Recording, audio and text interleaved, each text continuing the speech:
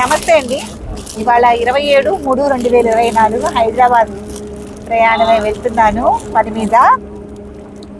AC bus అనమాట. కోదాళ్ళలో ఎక్కాను. ఎక్కితే వాళ్ళు ఒక స్నాక్స్ ప్యాకెట్ ఒకటి ఇచ్చారు, వాటర్ బాటిల్ ఒకటి ఇచ్చారు. ఈ ప్యాకెట్ మీద హ్యాపీ జర్నీ, తర్వాత TSRTC అని వాళ్ళదే అన్నమాట. ప్రతి ఒక్క ప్యాసింజర్కి ఇది గిఫ్ట్గా ఇవ్వటం జరుగుతుంది. లోపల ఏముందో చూద్దామా. ఓపెన్ చేస్తున్నాను, చూద్దాం.